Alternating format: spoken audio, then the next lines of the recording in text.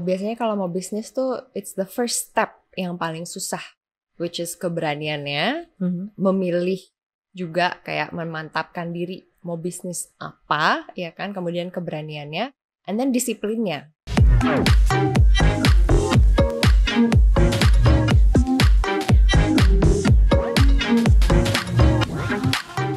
Sobat Cuan, ada Katy Sharon di sini. Sobat Cuan, hai Maria. Hai Kak Katy, apa kabar? Seger banget sih. Baik, aku pakai makeup dong, setiap hari tiada hari tanpa makeup. Iya, perempuan tuh emang sih ya mau fresh mau apa segala macam tergantung make upnya tuh kayak gimana, pas atau enggak ya. Betul. By the way, aku seneng banget loh ketemu sama Kak Katy. Karena aku belajar host presenting tuh karena nonton kamu. Oh, bener ketahuan umurnya ya? Enggak. Jadi ngeliat gini tuh jadi aku yang bener-bener insecure jadinya. Tapi ini kita ngobrol ini sebenarnya sih ya soal investasi. Karena kan CNBC, terus kemudian juga cuap-cuap cuan ya. Namanya cuap-cuap cuan, jadi akhirnya harus ada cuan, kata-kata cuannya ya kan? Ini menarik karena profesinya banyak yang udah dijalanin. Sebenarnya kalau kita boleh tahu nih, mungkin Sobat Cuan juga boleh tahu, mana yang paling mendatangkan cuan seorang Katy Sharon ya? Jadi pebisnis, jadi artis, jadi VJ zaman dulu, yang mana sih? Kayaknya kalau pertanyaan itu agak susah dijawab ya. Tapi yang pasti yang mendatangkan cuan tuh adalah pada saat aku bekerja disiplin dengan keras, dengan passion gitu kan. Yes. Semua pekerjaan itu menurut aku mendatangkan cuan dalam hidup aku sehingga aku bisa ada dalam posisi ini sekarang. Jadi kalau dibilang yang mana yang lebih, enggak sih, semuanya tuh ada fasenya, ada step-stepnya gitu. Tapi yang pasti nomor satu, kalau mau cuan harus kerja keras, harus punya passion dan harus disiplin. Jadi mau kayak apapun profesinya ya kalau nggak ada kerja keras ya susah ya mau cuan gitu. Kita nggak bisa bener. cuan tapi santai-santai aja gitu. Kalau sekarang lebih kemana nih kesibukannya? Kalau kesibukan aku sekarang sekitar ya sejak punya anak lah ya, lebih kepada bisnis. Jadi sekarang setiap hari aku pasti ngantor, meeting, ketemu orang, tapi semua kesibukan aku itu pasti ada hubungannya dengan produk kosmetikku yaitu Sada Hybrid Beauty. Dan semua fokus aku, energiku dan pikiran aku sudah masuk dan sudah aku arahkan, sudah didedikasikan untuk 1000% Sada kali ya. Hybrid Beauty ya. Anak aku yang paling kecil, Sada Hybrid Beauty. Yang ketiga yang paling kecil ya. Yang paling kecil. Yang paling kecil namanya Sada. Cuman ini akhirnya jadi pilihan profesi bisnis yang dijalani setelah nyoba-nyoba beberapa bisnis, atau memang dari awal mau turun untuk ke kosmetik aja gitu, kayaknya paling pas kosmetik. Dulu pernah bisnis, tapi udah lama ya, kayak nyoba bisnis baju, ya kan. Tapi itu pun juga aku ngejalaninnya juga nggak fokus, karena aku masih punya profesi-profesi lain juga dan kesibukan-kesibukan lain. Tapi bisnis Sada ini yang benar-benar aku sudah memantapkan hati gitu kan, dan juga aku akan dedicate waktu aktif aku dalam sehari-hariku untuk Sada. Pernah punya cerita-cerita di awal-awal bisnis dulu gak sih? Mungkin sebelum Sada kali ya. Pernah ada kesalahan-kesalahan yang dilakukan gak sih dalam bisnis? Mungkin apa pernah ditipu atau pernah apa gitu? Mungkin kalau kesalahan-kesalahan dulu lebih kepada mempercayakan orang aja. Dan salah aku mempercayakan orang gitu. Iya, maksudnya kayak ya udah deh aku percayain aja gitu, tapi aku sibuk ngejalin yang lain, aku percayain ya gitu. Jadi kayak ya udah aku lepas aja, aku investasi aja gitu. Tapi kan yang namanya bisnis kan juga perlu perhatian kita, cara berpikir kita dan dedikasi waktu kita sih sebenarnya nggak bisa kita lepas aja yang namanya bisnis. Nah, itu jadi pelajaran yang besar buat aku. Jadi kalau misalnya kita mau bisnis, ya kita harus fokus. Jadi bohong ya sebenarnya kalau jadi bisnismen itu malah nggak lebih sibuk ya. Jadi bisnis malah enggak sih kayaknya, waktunya malahan kurang kayaknya ya. 24 jam ya, ketimbang mungkin pergi syuting dari jam sekian sampai sekian terus bisa pulang bisa ngapain gitu ya.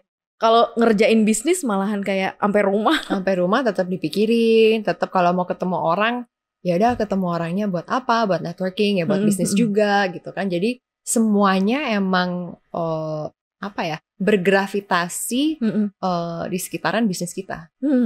Tuh yang harus diambil ya Sobat Cuan. Nggak enak banget gitu ya. Jadi pengusaha ternyata nggak segampang itu gitu ya. Apapun pekerjaan itu nggak segampang itu. Apapun pekerjaannya. Nah akhirnya memilih jadi menjalankan bisnis kosmetik. Ini kan kalau kita lihat sebenarnya artis dan kosmetik nih, beberapa nama-nama besar artis kan rata-rata udah punya brand sendiri gitu ya. Kan kayak lumayan nih saingannya mungkin ketat kali ya. Kenapa akhirnya milihnya ya untuk membesarkan Sada ini atau kosmetik akhirnya? Kalau kenapa lebih kepada passion aku ya. Memang mungkin karena aku besarnya dari dunia entertainment, sebelumnya juga dunia modeling. Jadi memang pertama kali aku jatuh cinta sama makeup yaitu pada saat aku belajar modeling zaman dulu. Jadi aku termasuk angkatan model yang dulu harus bisa makeup sendiri. Harus bisa makeup dan bikin rambut sendiri.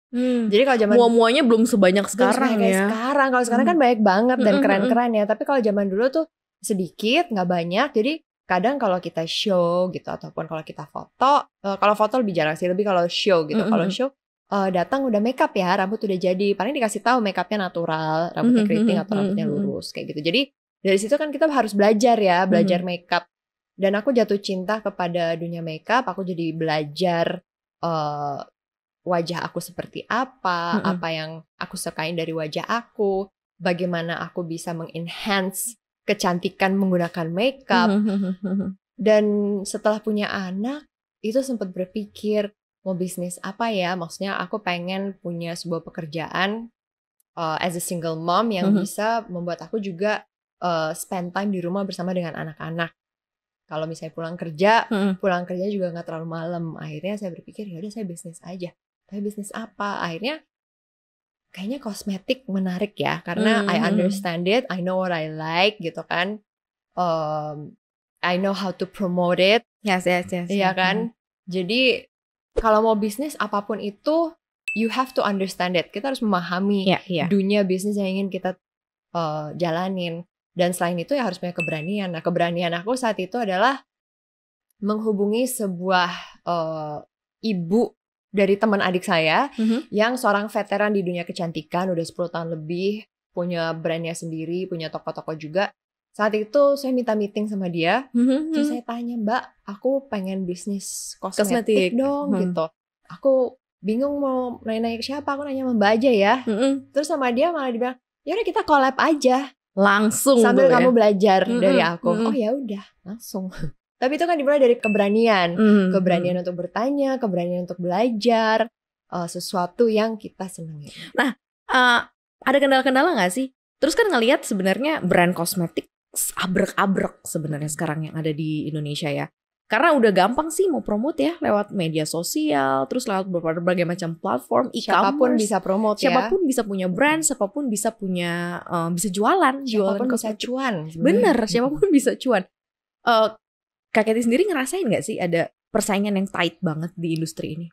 Persaingan pasti ada. Kalau dibilang kendala, aku sih ngeliatnya lebih kayak challenge ya. It's more to challenge dalam dunia persaingan. Challenge-nya apa? Challenge apa yang membedakan kita dari yang lain. That's why kita bilang Sada itu adalah sebuah produk kosmetik, tapi it's a hybrid beauty. Karena kita menyilangkan dua hal, kosmetik and skincare benefit. Jadi keduanya, dan bersama dengan tim research, kita selalu mencoba untuk mencari bagaimana caranya kita bisa memberikan sesuatu hal yang berbeda, sesuatu hal yang membuat orang penasaran, curious untuk mencoba. Dan saya selalu bilang, orang tuh yang paling susah ya kan adalah membuat orang mencoba sebuah produk. Bener. Tapi pada saat mereka mencoba produk itu dan kita percaya di Sada bahwa kualitas produk kita sangat bagus. Aku bukannya sombong, aku orangnya sama sekali tidak sombong. Tapi aku sangat percaya diri dengan tim research ini, dan produk Sada. Kenapa? Karena memang kita mengembangkannya dari nol. Kita membuat semua formulasinya sendiri. Dan kita tahu semua kandungan yang ada di dalamnya. Jadi dan biasanya Kak Katy juga pakai kan? Aku pakai setiap hari, every day. Ini aku pakai lip tint, aku pakai bedaknya, aku pakai highlighternya, eyeshadownya, even kayak eyebrow-nya, semuanya aku pakai. Cushionnya juga, karena aku tahu aku paling nyaman memakai produk aku sendiri. Because I know isinya apa aja, kandungan vitaminnya, anti-agingnya. Anti-aging is very important, darling. Anti-aging ngomongin. Honey, dengerin ya. Kita sebagai wanita, kita perlu anti-aging agent di dalam produk-produk yang kita kenakan. Selain skincare, tapi produk kosmetik juga. Karena kita pakai kosmetik seharian. Ya kan? Jadi kita membutuhkan produk-produk yang berkualitas. Nah, aku percaya bahwa biasanya orang yang mencoba produk sadar yang beli pertama kali, pasti mereka akan beli lagi. Jadi akan jadi loyal customer. Akhirnya gitu menjadi ya. loyal customer. Jadi nggak masalah ya, mau bermunculan berbagai macam produk atau pesaing-pesaing baru pun Justru juga. itu bagus. Saingan berarti kita ter-challenge untuk bisa memberikan lebih lagi. Jadi kita jangan merasa nyaman. Comfort zone is not good. Kita harus selalu ada challenge. Berarti ini kan starting 2000 tahunnya 2019 Agustus itu kita mulai dengan 8 shade lipstick. Abis itu pandemi. Jadi Abis buat itu pandemi. bisnis kayak gimana Terus tuh? gini, ini pandemi orang pakai masker, gimana kita jualan lipstick ya? Nah iya tuh, gimana harus tetap survive apalagi Kita kosmetik. membuat lipstick yang tidak transfer ke masker. Oh oke. Karena seorang wanita pasti ingin terlihat cantik ya. Buka masker tetap oke. Dan aku gitu percaya ya. seorang wanita ingin terlihat cantik untuk dirinya, bukan untuk orang lain. Jadi pada saat dia buka masker, terus dia bercermin atau dia mau selfie, dia ingin terlihat cantik. Nah ini sempat mengganggu gak sih waktu Enggak, pandemi? ternyata Atau justru tetap malah berkembang. sales malah oke? Kita ya of course pasti ada challenge-nya, bagaimana caranya kita jualan, komunikasinya seperti apa, metode penjualannya juga seperti apa. Tapi ya I'm glad dan aku bersyukur banget that we survive. Iya ya, udah jalan sekarang di 2022 ya, berarti udah mau 3 tahun ya. Penambahan jumlah customer-nya juga lumayan menukik. Betul, kita juga bisa buka flagship 60% untuk living. Oke. Ya kan, per bulan pengeluarannya apa aja untuk anak-anak, myself, ya listrik, whatnot gitu kan, bensin, makan. Kemudian 30% saving. Oke. Saving tuh tabungan. Di mana aja nih savingnya? Ya tabungan, ya kan, whatever we wanna put, mau beli reksadana or whatever. Tapi juga untuk dana darurat juga kita harus kita punya, ya kan, kalau tiba-tiba harus berobat atau we never know. Tapi 30% tiap bulan harus kita taruh di tabungan, savings. 10% untuk main. Belanja tas, belanja makeup, beauty. Jadi emang udah terbiasa menjalankan pembagian dan porsi itu berarti. Kita harus disiplin. Apapun itu harus disiplin. Dana darurat loh, ini yang aku dengar loh. Karena banyak banget generasi milenial sama Gen Z sekarang kebanyakan beli experience ya, jalan-jalan lupa sama dana daruratnya. Kadang ngikutin ini ya, kemauan atau apa ya, drawn to atau push to apa gitu, kayak jalan lucu gitu atau apa gitu, atau misalnya lagi pengen jalan-jalan atau apa. Tapi menurut aku untuk seorang wanita kita memerlukan kemerdekaan finansial, financial independence itu sangat penting untuk seorang wanita. Karena dari situ we feel empowered, we feel you know in charge, that you know we got this. Kita nggak perlu panik, kita nggak perlu anxiety. Kadang-kadang kan kalau nggak tidur malam nggak bisa tidur, mikirin ini itu gitu kan. Tapi at least kalau kita punya financial freedom, itu sebuah empowerment for us, for women. That's why I say, kalau bisa punya plan, ditulis, and stick to that plan. Kalau punya goal, misalnya ya kan, target pengen beli apa, make a plan. Write it down and stick to it. Nanti kalau udah berhasil, itu pasti ada perasaan, finally. happy banget, accomplishment gitu kan. You did something big gitu. Tapi sebisa mungkin plan ahead, ya kan. Think the unthinkable. That's why ada dana darurat juga gitu. Which don't use it, keep it, because you never know what can happen. Karena dana darurat, bukan Karena darurat keluarin dana. kan lagi di mall nih, kebalik ya. Kan lagi di mall jalan-jalan lihat tas, darurat keluarin dana. Kalau bisa bikin tabungannya beda-beda gitu, jadi jangan disatuin. Padahal tadi kalau dilihat postur keuangannya Katie kan 10% loh buat main ya. Berarti memang selalu stick di angka-angka itu ya? Iya, ya berkisaran di situ lah. Kalau miring dikit ya paling miring 5% gitu, tapi nggak lebih dari itu. Nggak boleh lebih dari itu. Nggak mau lebih dari itu. Nah, itu udah dijalanin berarti dari dulu banget ketika income udah punya pendapatan belajar sendiri. Ya, belajar dari dulu. Maksudnya belajar ya waktu masih muda ya, mungkin zaman-zaman MTV lah dulu ya. Masih tuh kayak belanja terus gitu, terus habis itu ya udah makannya harus dikit, atau misalnya kayak pengeluarannya harus diperketat nih, ikat pinggang kita ya.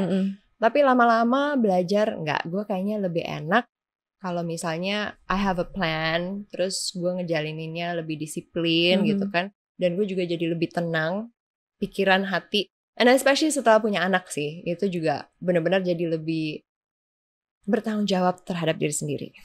Itu ya, itu kata-katanya ya. Tapi aku tadi suka sih, emang independence, financial independence buat perempuan tuh kayak important. Penting banget.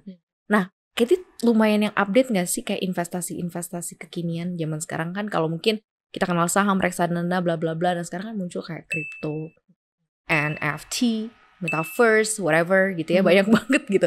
Lumayan update gak sih? Nah, seberapa besar juga kayak eager atau untuk mempelajari lah, mungkin bukan punya ya, tapi kayak untuk mempelajari apa sih nih gitu, seperti sejauh mana sih? Pasti sih, karena kan kita mau mengikuti perkembangan zaman dan I'm very curious, tertarik juga sama dunia NFT. Awalnya kayak apa sih itu, dijelasin juga kayak aduh I don't get it gitu, but I like it. Dan emang aku juga tipe orang yang aku suka banget yang namanya technology, you know, the future, apalagi nih.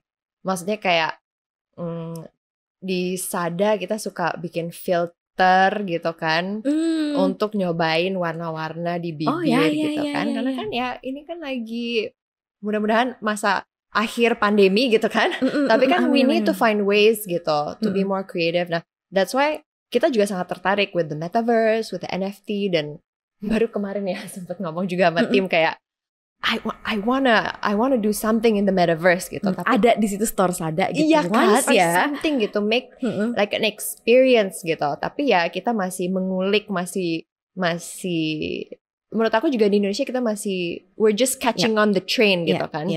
So it's interesting, why not?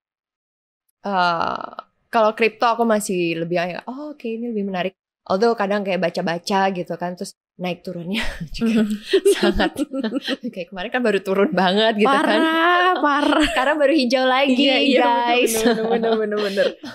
Although baik teman-teman aku yang bilang udah tenang aja gitu, tapi memang ya kalau itu semua buat aku masuknya di dana main, because kalau si bangsa kripto ini gitu, bla bla bla itu gitu buat ya, main menurut aku gitu. Karena buat aku yang tabungan itu justru yang pasti aja yang di bank gitu, reksadana or whatever it is gitu maksudnya ya kan.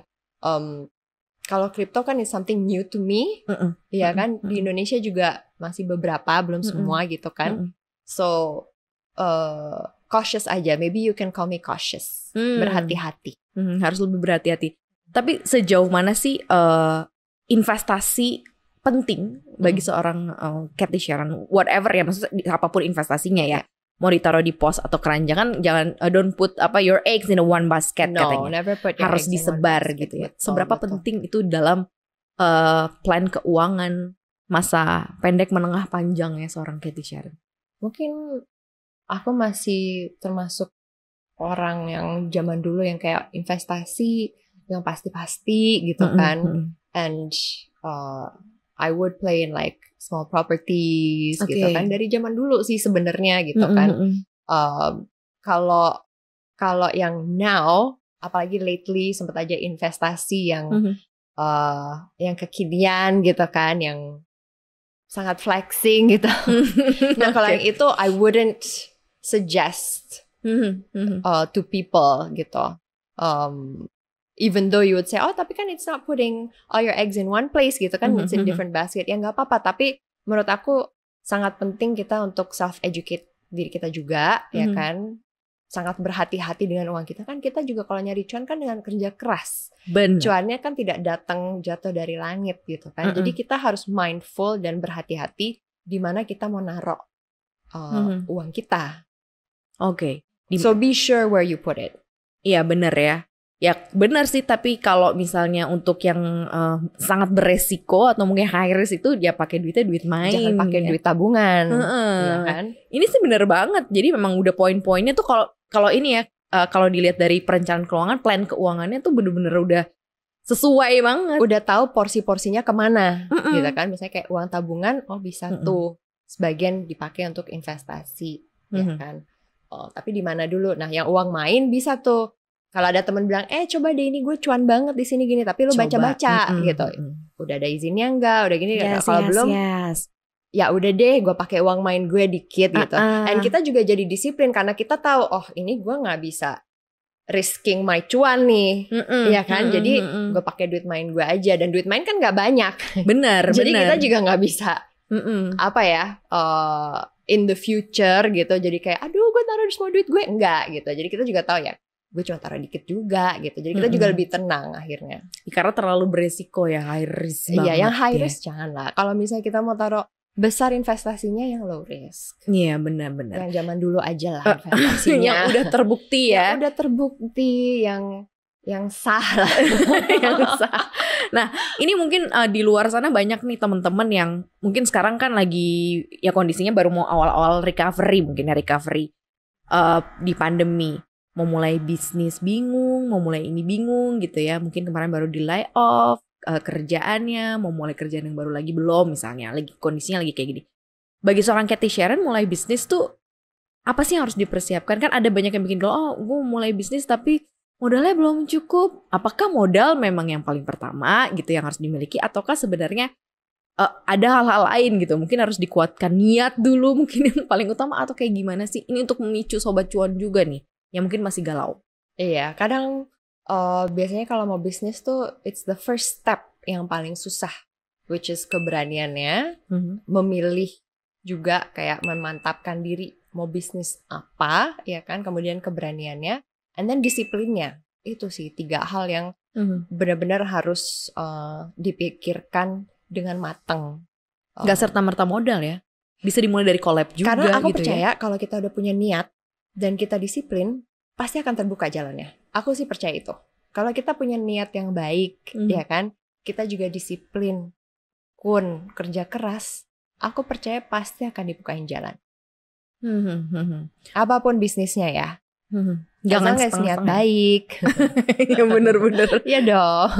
Jadi harus start awalnya adalah ya niat itu ya, niat dan semangat itu, bukan mikirin ngumpulin modalnya sampai berapa. Tapi kalau at least modalnya pasti harus ada dong. Berbicara ya kan? Modal harus dari yang kecil, harus gede apa bisa dari kecil-kecil sih sebenarnya? Kalau aku percaya kita kecil-kecilan juga bisa. Karena zaman sekarang kalau mau cuan kita tuh, aku sih ngerasa lebih gampang. Kenapa? Karena kita hidup di era teknologi gitu, with all the social media, dimana udah nggak kayak zaman dulu gitu kan, dimana ada step-step kalau misalnya kita mau marketing, atau kalau kita misalnya, kalau sekarang we can market ourselves. Yes, benar sih. We can make contents ourselves gitu.